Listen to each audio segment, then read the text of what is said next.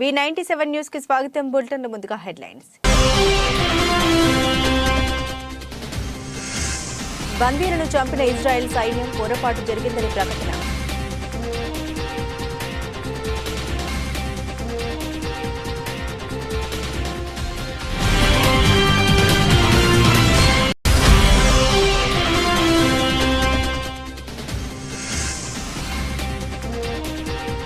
Governor ప్రసంగమంతా తప్పుల తడక. కేటీఆర్ ఆగ్రహం.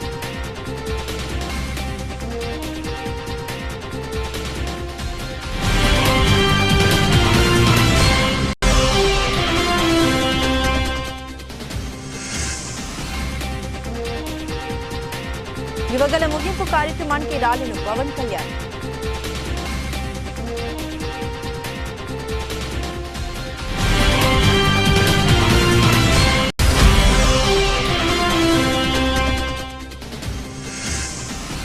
Rohit శర్మను captaincy నుండి తొలగించిన తర్వాత ముంబై ఇండియన్స్ జట్టు టోపీని కాల్ చేసిన అభిమానులు.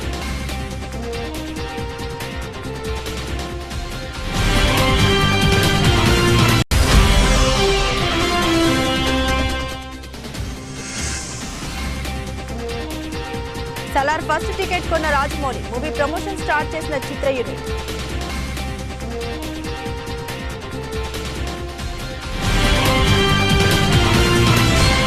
డీటెయిల్స్ చూస్తే ఇజ్రాయెల్ హమాస్ మధ్య యుద్ధం కొనసాగుతుంది. హమాస్ను తుదముట్టించడమే లక్ష్యంగా గాజాలో ఇజ్రాయెల్ సైన్యం దాడులు చేస్తుంది. ఈ క్రమంలో హమాస్ బందీలుగా ఉన్న వారిలో 3 ఇజ్రాయెల్ను ఐడీఎఫ్ కాల్చి చంపింది. అయితే పొరపాటును గుర్తించిన సైన్యం స్వయంగా వెల్లడించింది. షేజైలో జరుగుతున్న దాడిలో పొరపాటున 3 బందీలపై కాల్పులు జరిపాం. దీంతో వారు మృతి చెందారు. ఈ ఘటనపై విచారం వ్యక్తం చేస్తున్నాం. జరిగిన తప్పిదం నుండి పాఠాలు నేర్చుకుంటామని ప్రకటన విడుదల చేసింది. మృతుల్లో ఒకరు ఇజ్రాయెల్లోని కెఫార్ అజా ప్రాంతానికి చెందిన యోటం హైమ్ కాగా మరొకరు నీర్ అం ప్రాంతానికి చెందిన వారిగా సైన్యం గుర్తించింది. కుటుంబ సభ్యుల విజ్ఞప్తి మేరకు 3వ వ్యక్తి పేరును వెల్లడించడం లేదని తెలిపింది. అక్టోబర్ 7న ఇజ్రాయెల్పై హమాస్ దాడి చేసింది. దీంతో 1200 మందికి పైగా ప్రజలు మరణించారు. మరో 240 మందిని బందీలుగా చేసుకుంది. అయితే ఇజ్రాయెల్ చేస్తున్న ప్రతి దాడుల్లో ఇప్పటి వరకు 18,700 మందికి పైగా మరణించినట్లు హమాస్ ఆరోగ్య శాఖ వెల్లడించింది. కాగా హమాస్ చెరలో బందీలుగా ఉన్న వారందరినీ విడిపిస్తామని ఇజ్రాయెల్ ప్రధాని నేతాన్యాహు ప్రకటించిన విషయం తెలిసింది. అయితే బందీలుగా ఉన్న సొంత పౌరుల్ని ఐడీఎఫ్ చంపడం గమనార్హం. నిన్న ఉభయ సభల్ని ఉద్దేశించి చేసిన గవర్నర్ ప్రసంగం అంతా తప్పుల తడకగా ఉందని బీఆర్ఎస్ ఎమ్మెల్యే కేటీఆర్ తీవ్ర ఆగ్రహం వ్యక్తం చేశారు. శాసనసభలో గవర్నర్ ప్రసంగానికి ధన్యవాదాలు తెలిపే తీర్మానంపై చర్చ సందర్భంగా కేటీఆర్ మాట్లాడారు. గవర్నర్ ప్రసంగం పూర్తిగా అసత్యాలు, అభూత కల్పనలు, తప్పుల తడకగా సాగింది. ఇలాంటి ప్రసంగాన్ని వినడానికి ఒక సభ్యుడిగా సిగ్గుపడుతున్నాను. ఇంత దారుణమైన ప్రసంగం రాష్ట్ర శాసనసభ చరిత్రలో విని ఉండం.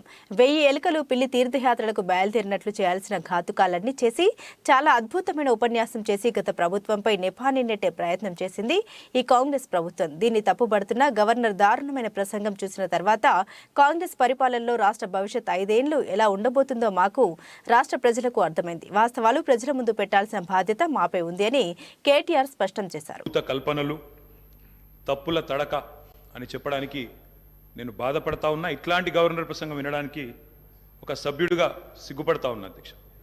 ఎందుకంటే ఇంత దారుణమైన అపసవ్యపు ప్రసంగం ఇదివరకు రాష్ట్ర శాసనసభ చరిత్రలో 2 కూడా విని ఉండవు అధ్యక్ష. ఒక్క మాటలో చెప్పాలంటే అధ్యక్ష, 1000 ఎలుకలు తిన్న పిల్లి కదా తీర్థయాత్రలకు బయలుదేరినట్టు చేయాల్సిన దారుణం అంతా చేసి ఘాతకాలని చేసి చాలా అద్భుతమైన ఉపన్యాసం కేవలం 10 సంవత్సరాలు ప్రభుత్వం నడిపిన వాళ్ళ మీద నెపాన్ని నెట్టే ప్రయత్నం ఏదైతే కాంగ్రెస్ ప్రభుత్వం చేసిందో అధ్యక్ష, దీన్ని నేను పూర్తి స్థాయిలో తూర్పారబడుతున్నాను, తప్పుపడతా ఉన్నాను అధ్యక్ష. అధ్యక్ష, ఈ దారుణమైన గవర్నర్ గారి ప్రసంగం చూసిన తర్వాత కాంగ్రెస్ పరిపాలనలో రాష్ట్ర భవిష్యత్తు రాబోయే 5 ఏళ్లు ఎట్లా ఉండబోతుందో చాలా స్పష్టంగా నిన్న పూర్తి స్థాయిలో మాకు అర్థమైంది అధ్యక్ష. రాష్ట్ర ప్రజలకు కూడా అర్థమైందని నేను అనుకుంటా ఉన్నా అధ్యక్ష. అయినప్పటికీ వాస్తవాలు ప్రధాన ప్రతిపక్షంగా వాస్తవాలు ప్రజల ముందు పెట్టాల్సిన బాధ్యత మా ముందు ఉంది అధ్యక్ష. కాబట్టి తప్పకుండా అవన్నీ కూడా చెప్తాను అధ్యక్ష.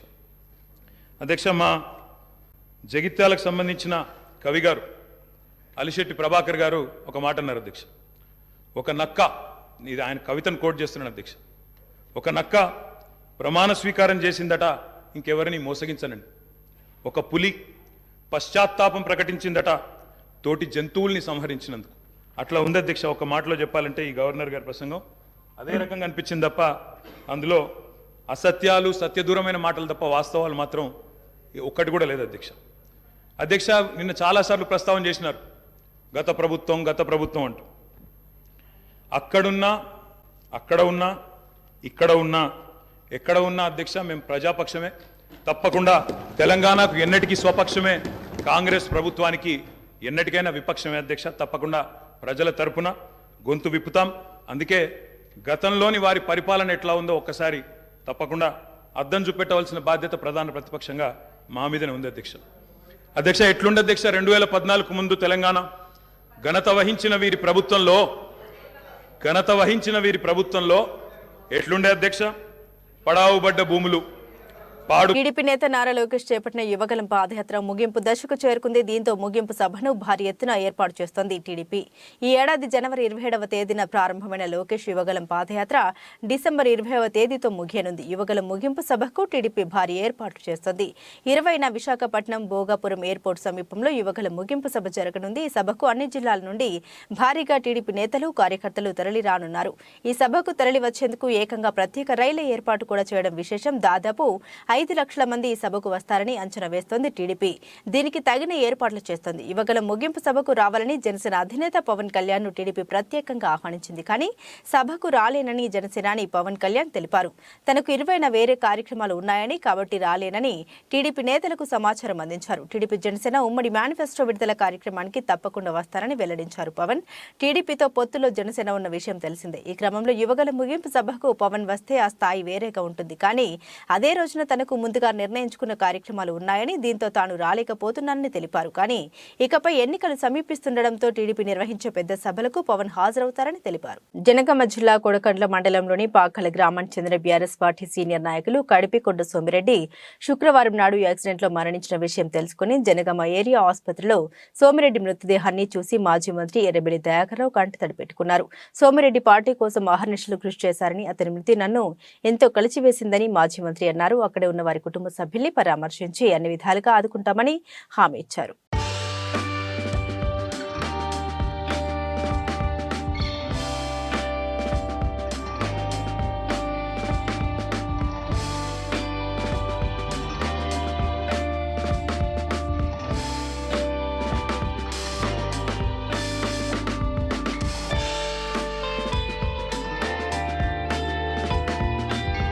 డాక్టర్ బిఆర్ అంబేద్కర్ కోనసీమ జిల్లా కొత్తపేట మండలం పలివెల గ్రామంలో గడప గడపకు కార్యక్రమంలో ప్రభుత్వ ఎమ్మెల్యే చీర్ల జగ్గిరెడ్డి మాట్లాడారు. తెలుగుదేశం నాయకుల మాటలకు కాలం చెల్లిందని, మేం ప్రతి ఇంటికి వెళ్లి చేపట్టిన పథకాల గురించి ఇవ్వడం జరుగుతుందని, అదేవిధంగా మీరు గడిచిన 14 సంవత్సరాలుగా చంద్రబాబు హయాంలో మీరు ఏ పథకాలు చేపట్టారని, ఒక కాగితం రూపంలో మీరు చేసిన అభివృద్ధి పనులు ఇవి అని చెప్పగలరా, ప్రజలకు చూపించగలరా అని ప్రశ్నించారు. మన ప్రభుత్వం కార్యక్రమం చక్కగా జరుగుతుంది, ప్రజలందరూ స్వాగతిస్తున్నారు. కారణం ఎవరైతే తమ ద్వారా ఎన్నికైనటువంటి ప్రజాప్రతినిధులు మళ్ళీ ఓటు వేసిన తర్వాత ఎక్కడికి వెళ్ళారో తెలియదు అనేటువంటి విధంగా కాకుండా వారింటికే వచ్చి ఈ 4.5 సంవత్సరాల్లో చేయూత, రైతు భరోసా, వాహనమిత్ర, కాపు నేస్తం ఇలా అనేక సంక్షేమ కార్యక్రమాలు వారు అందుకున్నారు లేదో కూడా చూడడం ప్రజలందరూ కూడా స్వాగతిస్తున్నారు. తప్పనిసరిగా మేము తీసుకున్నాం. అంచేతే రేపు ఆ యొక్క రుణాన్ని మళ్ళీ జగన్మోహన్ గారికి ఓటేసి తీర్చుకుంటామని కూడా ఇవాళ ప్రజలందరూ కూడా చెప్తున్నారు. అలాగే మరి తెలుగుదేశం పార్టీ నాయకులు కూడా వారి యొక్క మాటలకు కాలం చెల్లింది. ఎందుకు ఈ మాట తెలియజేస్తున్నానంటే, మేము ఇవాళ ప్రతి ఇంటికి వచ్చి ఒక షీట్ ఇచ్చి వెళ్తున్నాం. మరి వారు అనేక విమర్శలు చేస్తున్నారు. మీరు నిజంగా మీ విమర్శలు మీకు నమ్మకం ఉంటే మీరు గడిచేటువంటి 14 సంవత్సరాలతో చంద్రబాబు గారి హయాంలో మీరు ఏమి ఇచ్చారో మీరు కూడా కాగిత రూపాయన ప్రతి ఇంటికి ఇవ్వాలని కోరుతున్నాం. ఉన్నటువంటి సొమ్ములన్నీ కూడా మొత్తం తినేసి అదన్నీ కూడా మరి కేవలం రామోజీరావు ఇలాంటి పెద్దవాళ్ళని పెంచడానికే తెలుగుదేశం పార్టీ ఎవరు అధికారంలోకి వచ్చింది. కానీ ఎక్కడా కూడా సామాన్య ప్రజానీకానికి ఎటువంటి సహాయ సహకారాలు అందించిన ప్రభుత్వం. ఇవాళ రాజశేఖర గారి టైము, జగన్మోహన్ గారి టైం మేము చెప్తున్నాం. మేము ఆరోగ్యశ్రీ కార్యక్రమాన్ని రాజశేఖర గారు పెట్టాడు, లేదా ఇవాళ ఉన్నటువంటి రైతు భరోసా జగన్మోహన్ గారు పెట్టారు మేము చెప్తున్నాం 4.5 సంవత్సరాల్లో. కానీ 14 సంవత్సరాలు చేసినటువంటి చంద్రబాబు నాయుడు ఈ కార్యక్రమం నేను చేశానని చెప్పుకోవడానికి కూడా ఏమీ లేదు, ఒక్క మాంగారిని వెన్నుపోటు పోవడం తప్ప. అలాగే ఈ నియోజకవర్గంలో తెలుగుదేశం పార్టీ నాయకులు కూడా మీరు మాట్లాడుతున్న మాటల మీద మీకు నిబద్ధత, నిక్కచ్చిగా మీరు ఉన్నారనేటువంటి అభిప్రాయం. సామర్లకోట కాకినాడ ప్రధాన రహదారి దుస్థితిపై జనసేన పెద్దపురం నియోజకవర్గ ఇన్ఛార్జ్ తుమ్మల రామస్వామి ఆధ్వర్యంలో నిరసన పాదయాత్ర. వీకే రాయపురం నుండి మాధవపట్నం వరకు 6 కిలోమీటర్ల పాదయాత్ర. భారీగా ఎత్తున పాల్గొన్న జన సైనికులు, వీర మహిళలు. ప్రధాన రహదారిపై గోతులు పోల్చుదాం, ప్రాణాలు కాపాడుకుందాం అనే నినాదంతో నిరసన తెలియజేస్తూ నిద్రపోతున్న ప్రభుత్వాన్ని నిద్ర లేపేందుకే పాదయాత్ర నిర్వహిస్తున్నామని పెద్దపురం జనసేన ఇన్ఛార్జ్ తుమ్మల రామస్వామి అన్నారు. అలాగే ఈ రోడ్డులో ఎన్నో ప్రమాదాలు జరిగి ప్రజలు ప్రాణాలు పోతున్నా ప్రభుత్వానికి పట్టడం లేదు. రోడ్డు నిర్మాణం చేపట్టకపోతే ఆందోళన ఉధృతం చేస్తాం. అనంతరం టిప్పర్ లారీ మట్టిని తీసుకొచ్చి ఆ గోతుల్ని జనసేన నాయకులు పూడ్చారు.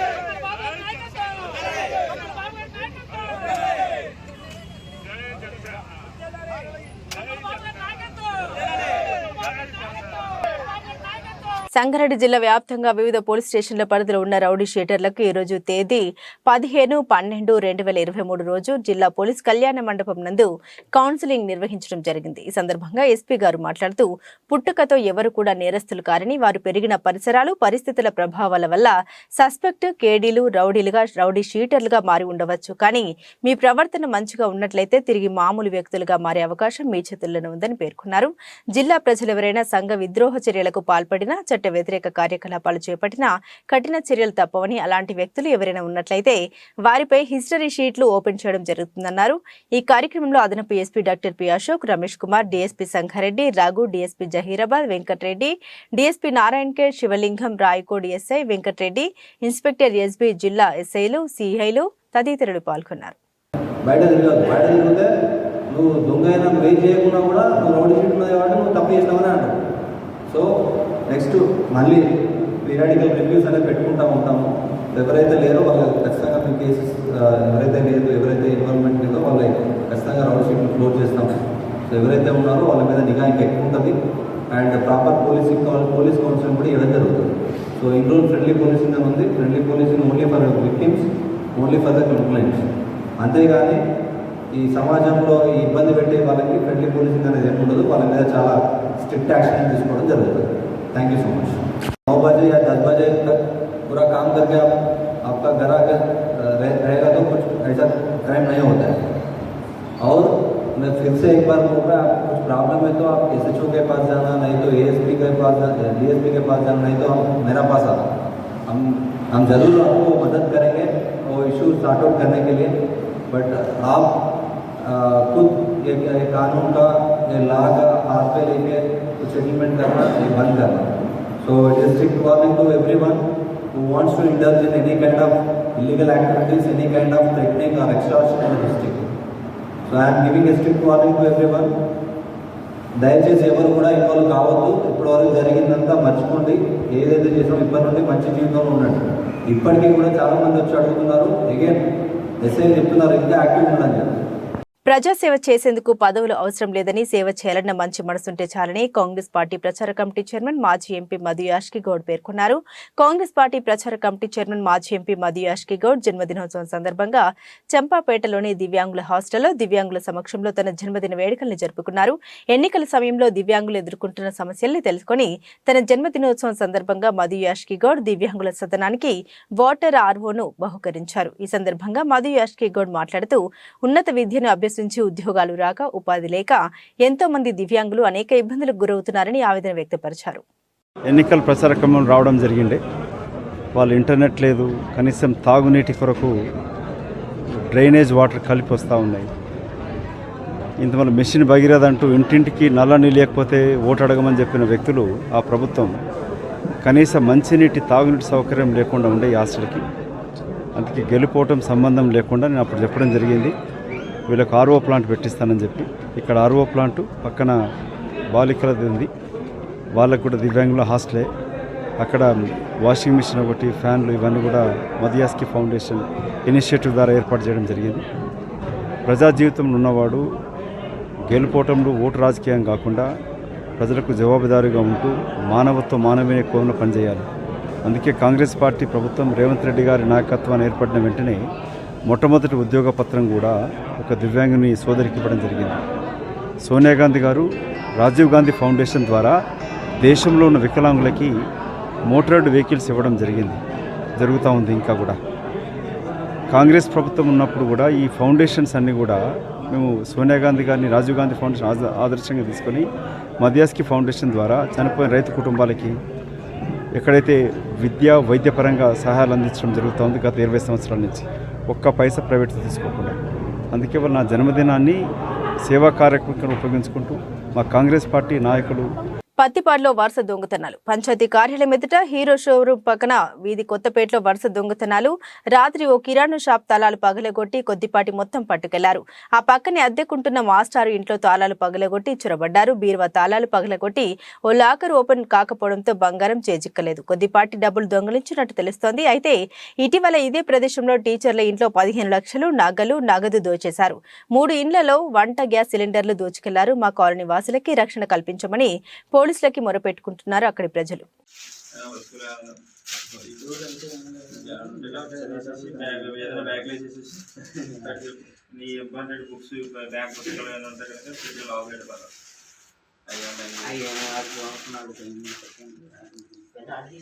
మహబూబాబాద్ జిల్లా గార్ల మండలం మంచునాపురం గ్రామానికి చెందిన మహిళ శృతిభాయ్ విలేకరుల సమావేశంలో మాట్లాడారు. తనకు అత్తమామల నుండి వరకట్న వేధింపులు, గృహహింస నుండి నన్ను న్యాయం చేయాలంటూ వేడుకుంది. వివరాల్లోకి వెళ్తే అంజనాపురం గ్రామానికి చెందిన చిలక బాబు రూపాయల కుమార్తె శృతి భాయ్ని వరంగల్ జిల్లా అడిషనల్ ఎస్పీ కుమారుడు శంకర్తో 3 సంవత్సరాల క్రితం వివాహమైంది. కుమారుడిపై చదువుల నిమిత్తం లండన్ పంపించడం కొరకు అధిక కట్నం కోసం ఆమెను హింసిస్తున్నారని, తన భర్తతో కాపురానికి రానివ్వట్లేదని అనేకసార్లు మహబూబాబాద్ పోలీస్ స్టేషన్లో ఫిర్యాదు చేసినా న్యాయం జరగట్లేదని ఆమె ఆవేదన వ్యక్తం చేశారు.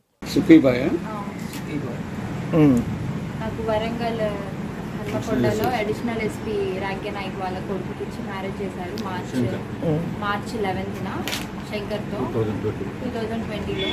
అప్పటి నుంచి పెళ్ళైనప్పుడు 2 months సరిగా మంచిగా ఉన్నారు. దాని తర్వాత ఫ్యామిలీ మొత్తం నన్ను డివైడ్ చేయడం, కట్నం సరిపోలేదని చెప్పడం, నా భర్త ఏమో నన్ను దగ్గర రానియడు, ఒక్కడే ఒక రూమ్లో పండుకోవడం, ఏంటి అత్తమ్మ మావయ్య ఆడబిడ్డకి వెళ్ళి ఇట్లా చెప్పడం, నన్ను దగ్గర రానియట్లేదని చెప్తే నా కొడుకు చదువుకుంటున్నాడు వెళ్ళి ఎందుకు డిస్టర్బ్ చేస్తున్నావు అనేసి నన్ను దూరం పెట్టడం, నాతో వంటలన్నీ చేయించుకొని నేను వంటలన్నీ నేను చేస్తాను, మా అత్త ఏమో నా కొడుకు నిన్ను చూస్తే అన్నం తినడని చెప్పేసి నన్ను ఒక రూమ్లో పెట్టేసి అత్త మా హస్బెండ్ ఆడబిడ్డ మా మామయ్య గారు కలిసి డైనింగ్ టేబుల్ మీద తినడం, నేను ఒక్కదాని ఒక రూమ్లో, మళ్ళీ నా హస్బెండ్ దూరం వెళ్ళిపోయాక నన్ను రూమ్ నుంచి బయట తీయడం, ఇవన్నీ నన్ను అవాయిడ్ చేయడం, నేను కాబట్టి వేరే అమ్మాయిని పెళ్లి చేసుకుంటే బాగుంటాయి, నా భర్త నాకు చెప్పుకుంటూ వస్తూ మానసికంగా శారీరకంగా అందరు నన్ను ఇబ్బంది పెట్టడం జరిగింది. అనుకో పెళ్ళి ఎంతకాలం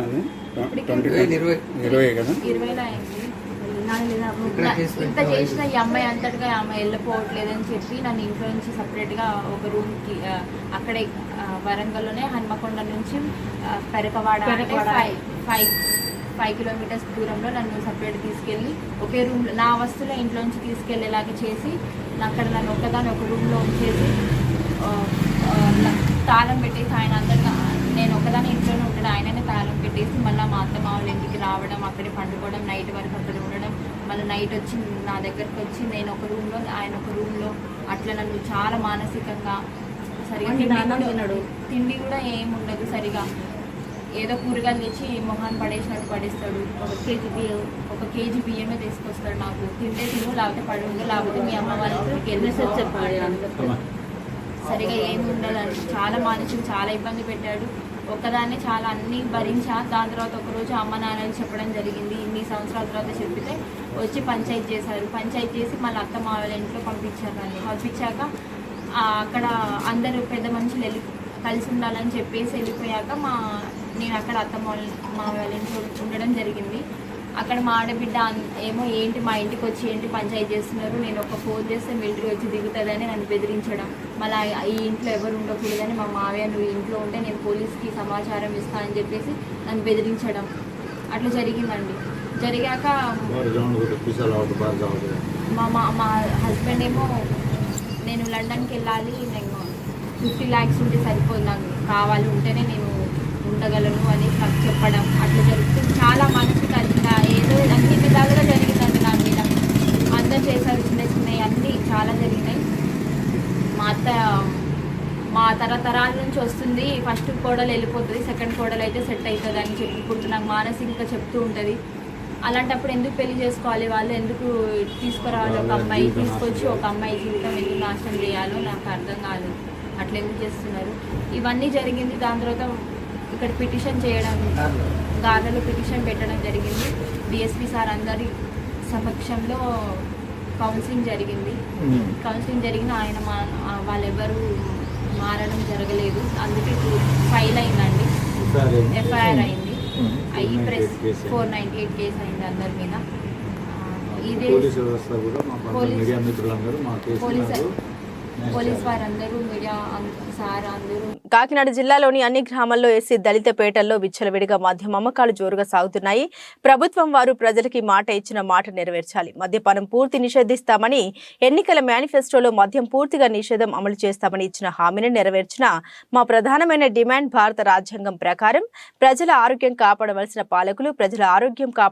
పాలకులు మద్యాన్ని ఆదాయ వనరుగా చూడడం దళితులకు శాపంగా మారింది. కావున ఇప్పటికైనా ప్రభుత్వం స్పందించి పూర్తి మద్యపాన నిషేధం చేసి దళితుల ప్రాణాల్ని కాపాడాలని కోరుతూ ఎస్సీ ఎస్టీ గ్రీవెన్స్ లో కాకినాడ జిల్లా కలెక్టర్ వారి కార్యాలయంలో వినతి పత్రాన్ని అందజేశారు. కాకినాడ జిల్లా కలెక్టర్ వారికి ఎస్సీ ఎస్టీ గ్రీవెన్స్లో ప్రభుత్వం వారు ఇచ్చినటువంటి మాట నిలబెట్టుకోవాలని, మాట తప్పం మడం తిప్పమని జగన్మోహన్ రెడ్డి గారు పూర్తిగా మద్యపాన నిషేధం చేస్తారని ఆ రోజు వాగ్దానం ఇచ్చారు. ఈ రోజున దళితపేటల్లో మద్యం ఏరులై పారుతున్నప్పటికీ ఆరోగ్యాన్ని కాపాడవలసినటువంటి పాలకులే మద్యాన్ని ఆదాయ వనరుగా చూసి అనేకమైనటువంటి కుటుంబాలు చిన్నభిన్నమైపోతున్నప్పుడు పట్టించుకోకుండా ఈ రోజున ప్రభుత్వం తీరు చాలా విషాదకరంగా ఉంది.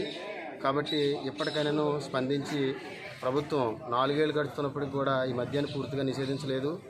రాబోయే ఎన్నికల్లో కంటే ముందుగా ఈ మద్యపాన నిషేధాన్ని పూర్తిగా చేయాలని మా యొక్క విన్నపాన్ని ప్రభుత్వానికి తెలియజేస్తూ ఉన్నాం. ఈ మద్యం వల్ల అనేకమైనటువంటి అనర్థాలకు దారితీసి అనేక కుటుంబాలు ఈదున పడి అనేక జీవితాలు గాలిలో కలిసిపోతూ ఉన్నాయి. కాబట్టి ప్రభుత్వం సత్వరమే పరిష్కారం చేసి మద్యపాన నిషేధాన్ని పూర్తిగా చేయాలని మా యొక్క డిమాండ్ చేస్తూ ఉన్నాం. డాక్టర్ బిఆర్ అంబేద్కర్ కోనసీమ జిల్లా మండల పరిధిలోని పాసర్లపూడి గ్రామాల్లో పంట పొలాల్లో గ్యాస్ లీకేజీ కావడంతో రైతులు స్థానికులు భయాందోళనకు గురయ్యారు. పాసరపూడి గ్రామంలో 43వ నెంబర్ బావి నుండి నగరం జీసీఎస్ కు అనుసంధానంగా ఉన్న పైప్ లైన్ లో లీకేజీ జరిగినట్లు గుర్తించిన స్థానికులు వెంటనే నగరం ఓఎన్జీసీకి సమాచారం అందించారు. ప్రస్తుతం ఈ పైప్ లైన్ నుండి ఎటువంటి గ్యాస్ సరఫరా కాకపోవడంతో అప్రమత్తమైన అధికారులు వెంటనే స్పందించి లీకేజీని అరికట్టారు. 43వ నెంబర్ బావికి సంబంధించి టెస్టింగ్ పనులు చేస్తుండటంతో లీకేజీ జరిగినట్లు ప్రాథమికంగా నిర్ధారించారు.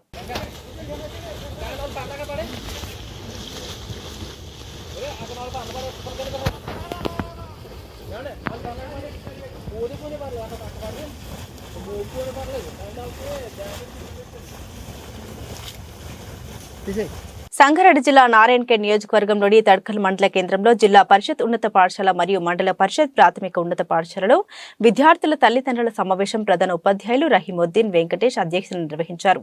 ఈ సందర్భంగా వారు మాట్లాడుతూ ప్రభుత్వం విద్యార్థులకు అన్ని విధాలుగా నోట్ బుక్స్, యూనిఫామ్ అందించడం జరుగుతుందన్నారు.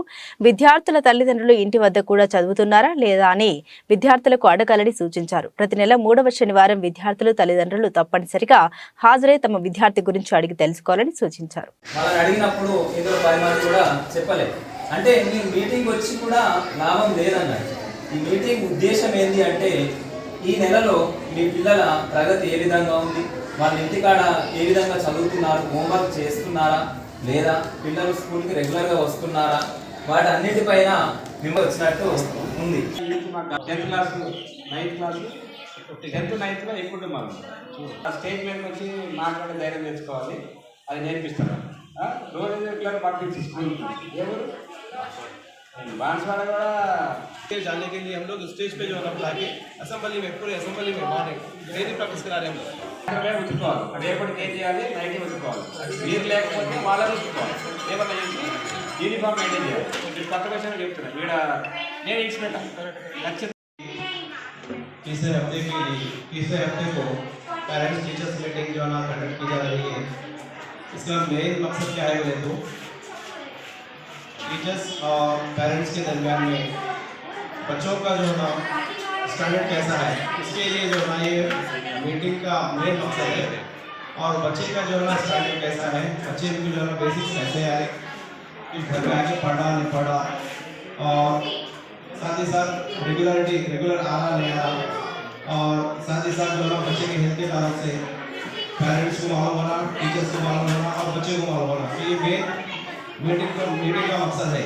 तो ये मीटिंग जो है ना हर महीना हर हफ्ते तीसरे हफ्ते को जो है ना मुनक़िद की जाती है।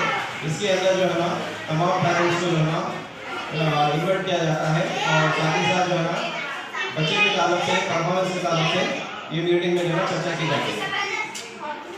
Thank you. Indian premier league ఐపీఎల్లో అత్యంత విజయవంతమైన ఫ్రాంచైజీలో ముంబై ఇండియన్స్ ఒకటి. రోహిత్ శర్మ నాయకత్వంలో ముంబై జట్టు ఏకంగా 5 సార్లు ఐపీఎల్ విజేతగా నిలిచింది. అయితే తాజాగా ముంబై జట్టు హిట్ మ్యాన్ రోహిత్ శర్మకు షాక్ ఇచ్చింది. ఐపీఎల్ 2024 సీజన్కు ముందు అతడిని సారథ్య బాధ్యతల నుండి తప్పించింది. అతడి స్థానంలో కొత్త కెప్టెన్ను ఎంపిక చేసింది. టోర్నీలోకి అడుగుపెట్టిన మొదటి సీజన్లోనే గుజరాత్ టైటాన్స్కు కప్పును అందించిన హార్దిక్ పాండ్యాను కెప్టెన్గా నియమిస్తున్నట్లు తెలియజేసింది. ఈ విషయాన్ని సోషల్ మీడియా వేదికగా వెల్లడించిన విషయం తెలిసింది. 2013 సీజన్లో రికీ పాంటింగ్ సారథ్యంలోని ముంబై జట్టు వరుస ఓటమిని చవిచూసింది. ఆ సీజన్ మధ్యలో పాంటింగ్ కెప్టెన్సీ బాధ్యతల నుంచి తప్పుకున్నాడు. దీంతో హిట్ మ్యాన్ సారథ్య బాధ్యతలు అందుకున్నాడు. సచిన్ టెండూల్కర్, జయసూర్య, షాన్ పోలాక్ వంటి దిగ్గజ ఆటగాళ్లు ఒక్కసారి కూడా ముంబైకి కప్పును అందించలేకపోయారు. అయితే రోహిత్ శర్మ సారథ్యంలో ముంబై జట్టు 2013, 2015, 2017, 2019, 2020లో ఐపీఎల్ విజేతగా నిలిచింది. దీంతో రోహిత్ శర్మను కెప్టెన్సీ నుండి తొలగించడంపై ఆయన అభిమానులు తీవ్ర ఆగ్రహం వ్యక్తం చేస్తున్నారు. అయితే ఈ విషయంపై రోహిత్ శర్మ ఇప్పటి వరకు స్పందించలేదు. పాన్ ఇండియా స్టార్ ప్రభాస్ నటిస్తున్న తాజా చిత్రం Salaar part 1 ceasefire KGF director Prashanth Neel దర్శకత్వంలో రానున్న ఈ సినిమా ప్రపంచవ్యాప్తంగా డిసెంబర్ 22న విడుదల కానుంది. మలయాళ స్టార్ నటుడు పృథ్వీరాజ్ సుకుమారన్ కీలక పాత్రలో నటిస్తున్నాడు. ఇక ఎప్పుడెప్పుడా అని ఈ సినిమాని చూసేందుకు భారీ సంఖ్యలో అభిమానులు ఆసక్తిగా ఎదురుచూస్తున్నారు. ఇక శుక్రవారం కర్ణాటకలో సలార్ అడ్వాన్స్ బుకింగ్ ఓపెన్ అయ్యాయి. ఇక తెలుగు రాష్ట్రాల్లో కూడా ఈ రోజు నుంచి ప్రారంభం కానున్న విషయం తెలిసిందే. అయితే ఈ సినిమా తొలి టికెట్ను టాలీవుడ్ స్టార్ దర్శకుడు రాజమౌళి కొనుగోలు చేశాడు. ఈ విషయాన్ని మేకర్ సోషల్ మీడియాలో వెల్లడించారు. హైదరాబాద్ ఆర్టీసీ క్రాస్ రోడ్స్లోని సంధ్య 70mm థియేటర్లో భారీ ధరకు ఫస్ట్ టికెట్ను బుక్ చేసుకున్నారు జక్కన్న. ఇక ఈ టికెట్ ధర చూసుకుంటే అక్షరాల 10,116 రూపాయలు అని సమాచారం. ఇక రాజమౌళి ఫస్ట్ టికెట్ను ఇంత ధరకు కొనడంతో ఈ మూవీపై అంచనాలు మరింతగా పెరిగాయి. కాగా ఈ సినిమా నైజాం హక్కులను మైత్రి మూవీ మేకర్స్ దక్కించుకున్నారు. బులెటిన్ ముగించే ముందు హెడ్లైన్స్ మరోసారి. బందీలను చంపిన ఇజ్రాయెల్ సైన్యం పొరపాటు జరిగిందని ప్రకటన.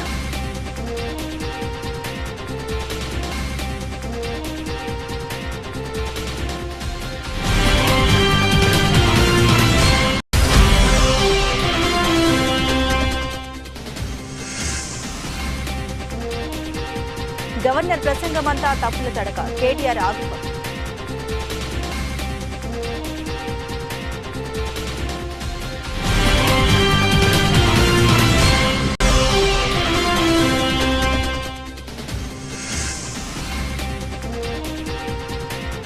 యువగల ముగింపు కార్యక్రమానికి రాలిన పవన్ కళ్యాణ్.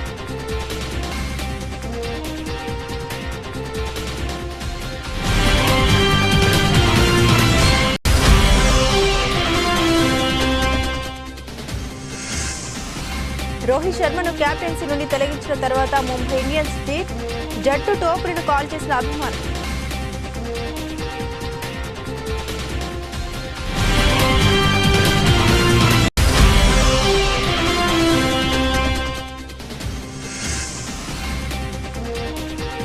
సలార్ ఫస్ట్ టికెట్ కొన్న రాజమౌళి. మూవీ ప్రమోషన్ స్టార్ట్ చేసిన చిత్ర యూనిట్.